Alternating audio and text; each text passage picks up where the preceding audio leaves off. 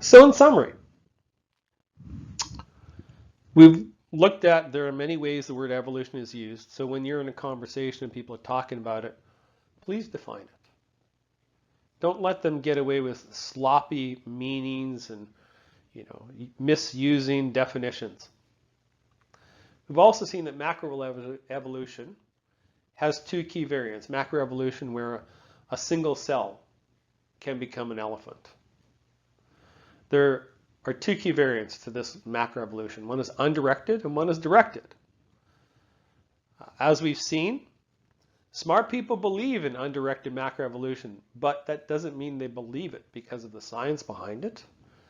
In fact, there's a religious aspect to choosing undirected macroevolution that we explored.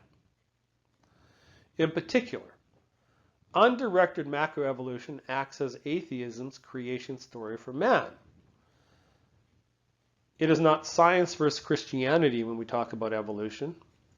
It is the religion of atheism versus other religions. Lastly, let's apply the nonsense detector to undirected macroevolution.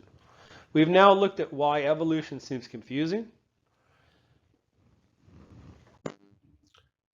So now that we've looked at the ways in which evolution is confusing, we're in a position to exploring using the nonsense detector.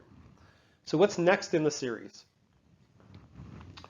The next module is a general argument that the first cell is too complex to happen by chance. This is important because if there is no first cell, then undirected macroevolution can't get started. Next, we'll look at two scientific mathematical models that show that the first cell can't happen by chance. The energy needs of the cell is the first mathematical model. The second mathematical model involves the information content of the cell. Applying all three, the nonsense detector to all three of these, we show undirected macroevolution didn't happen.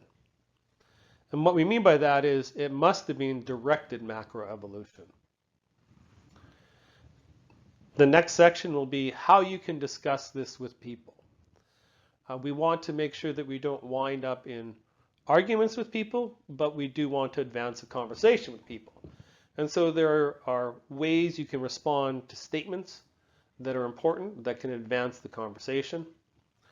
And lastly, we will wrap it up with my personal opinion of what we found in this series.